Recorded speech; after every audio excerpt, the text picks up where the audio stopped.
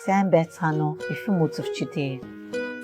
Өнөөдөр бид хоёр маш хувийн нэгэн түүхээ хуваалцахыг хүсэж байна. Энэ бас чихвийн шижингийн фязтай нүүр тулсан ноёсын тухай юм.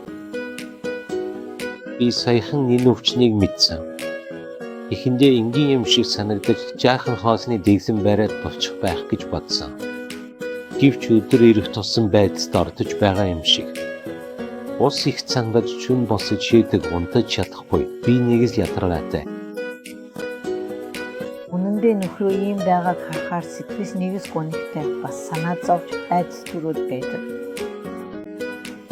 Чихрийн шижин гэдэг чинь зүгээр нэг цусны дах сахарын хэмжээний асуудал биш. Дагаад маш олон айдас, зүрх судасны хүндрэл, бөөрийн асуудал, даралт гээд олон эрсдэл дагуулдаг. Бүр эмчид үзүүлэх бүртээ их зардалтай, бас сэтгэл хүнд дарамттай байдаг. Осон шүн намайг удаан хөдөлж байгааг хараад тэр ч бас сэрээд байдаг. Гэхдээ үнэндээ бол зүв зохистой хоолны дэгсэм эсвэл аюулгүй тэжээлсэг хүнсний их өсвөр орох гэдэг чинь огтхон ч ямар зүйл биш шүү дээ. Яг тийм. Манай эхнэр намайг тэжээл сайтай болгохын тулд бүх сарвыг хэрэглэсэн. Им нунтагч байсан сүү үр тариагээд осон юм. Басан зүйлс хийсэн дээ. Гэхдээ над чи жирийн хүнд тэр бүх зүйлс үргэлж тохирдоггүй юм бисээ.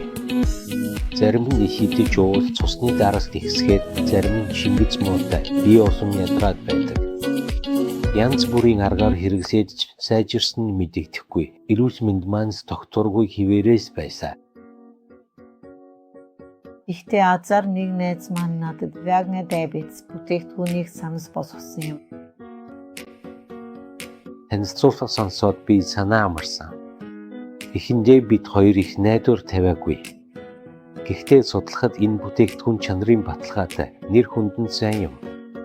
Ясангуяа Вагнер Дайбетс болон Napreford компанийн бүтээгдэхүүн мөн Napreford шүйтийн хоол тэжээлийн судалгааны хүрээсэнгийн хяналтад үйлдвэрлэгддэг. Дэлхийн өнцөг бусан бүрээс 50 гаруй мэргэжлэн цуглардаг. Мөн 100% Сингапурт үйлдвэрлэж шууд импортлдог тул улам итгэж турсан. Эхэндээ би ч бас их хэрэгэлцэж байсан. Учир нь ки ахын гэдс маш шимзэг. Ямар нэгэн хоол хүнс татахгүй бол тэр дорн мэддэг. Хоол хүнс намд таарахгүй бол дараа нь би яаж гуйсан ч тэр идэхгүй. Ямар ч тэжээстэй байсан ч толгойс ихсэрдэг. Гэтэл Вагнер Дайбетс уусныхаа дараа тэр энэсүү амттай зөөсөн шинхэн уухад маш амархан гээд магтаад байсан шүү. Би судалж үзэхэд Вагнер Дайбетс уухад салхах эсвэл гэд дүүрэх асуудал огт байхгүй гэдгийг мэдсэн. Тийм ээ, би уугаад маш сайн тохирч байгаа. Бас судалж үзэхэд Вагнер Дайбетсны цусны дах сахарын индекс багатай. Тусгай хоолны сахар хэрэглэдэг тул цусны сахар шингэх процессыг удаашруулдаг юм байна лээ. Үүний ачаар цусны дах сахар хоол уусны дараа гинэ тогтсон мөсөхгүй. Миний хувьд ч гэсэн чихрийн шижин маань одоохондоо тийм хүнд биш. Гэхдээ нэг удаа хоолны дэгсмээ барихгүй идчихвэл шууд сахарын хэмжээний мэдчихдэг. Тэгэж шүү дээ. Гэхдээ уусны дараа гидс ходоод тав тухтай, хоол чамцтай санагдаж цусны дах сахарын хэмжээ тогтвортой байдаг. Энэ бол над шиг хүмүүст маш чухал зүйл шүү. Зөвхөн цусны дах сахарын хэмжээг сайн хянахаас гадна энэ бүтээгдэхүүнд маш олон төрлийн амин дэм эрдэс бодисууд байдаг. Энэ сүүн цусны холестериныг бууруулах, судасны хатуурс үүсгэхээс сэргийлэх, даралтыг тогтвортой байхах, зүрх судасны системийг хамгаалахад тусалдаг. Үнэндээ энэ сүүг хэсэг хугацаанд хэрэглэсний дараа тэр хүн эсүү амттайгаа орсож 50 унтаж давсан сайжирсан. Учир нь өмнөх шигээ ханиад томоо тусхан болсон. Энэ ч гүйцээгүй шүү. Үнэндээ би энэ бүтээгдэхүүнийг хэрэглээд яс маань эсүү бат бох болсон юм шиг санагдсан. Тийм болохоор яс сервичтэй сэргийлэхэд нисээд сайн гэж бодогдсон. Бид хоёрт үнэхээр их таалагдсан. Энэ сүүг эзний үйл ажиллагаанд сайн хоол боловсруулахад дэмжлэг үзүүлдэг гэж мэдэрсэн. Өтгөн хадалтын асуудал сайжирсан. Миний хувьд цусны дах сахарын хэмжээ эснээс хойш хоол боловсруулах маань муу болсон. Одоо энэ сүүг уугаад гэдс ходоод илүү тав тухтай болсон. Тодорхой хугацаанд уусны дараа эрүүл мэнд мэдэгдэхүйд сайжирч, өмнөх шиг цангаж, ойр ойрхон шийдэг байдал ярьсан. Энэ бүтээгдэхүүнийг хэрэглэснээс хойш илүү ядаргаа болж орой бүр сул дорой ядарсан мэдрэмж алга болсон. Одоо өөрийгөө илүү ирч хүчтэй зэргийг мэдэрч байна. Одоо сайн унтаж ямарч байна.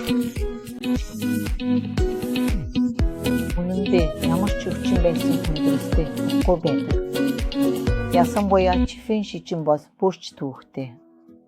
Тийм болохоор хамгийн чухал нь бид өөрсдийн өвчнийг хянаж чадах зөв бүтээгдэхүүнийг олох хэрэгтэй. Тэгж байж өөртөө итгэлтэй амьдарч залуу насаа уртасгаж чадна. За, одоо сүү уух цаг болсон. Би танд сүү найруулж өгье. Ингээд яриач хангастай болсон. Тийм үү? За, ингээд хэлсэн шүү. Сүү найруулахдаа та бүхэн нэг зүйлсийг анхаарах хэрэгтэй. Бус цэцэлтэйгаач сүү зөвхөн тохиромжтой температур ойролцоогоор 50 хэмт найруулах ёстой шүү. Хит хасуун байвал сайн биш, хэтэрхий хөтөн бол бас сайн биш. Дараа нь би нэг 180 мл усан. 7 ширхэг авна. Хүн бүр сүү хасахыг мэддэг тийм ээ. Би тэгэхээр 7 цагаас мөн тоолж байна. 3 гэж тоосоорой. 4 5 6 За, уугаараа утгаад өгье. Энэ утгыг хэдэн удаа эргүүлэх ёстой юу? За, уугаараа. Та хоёрын бич биеийг анхаарал тавьж ирүүл саруул байна да.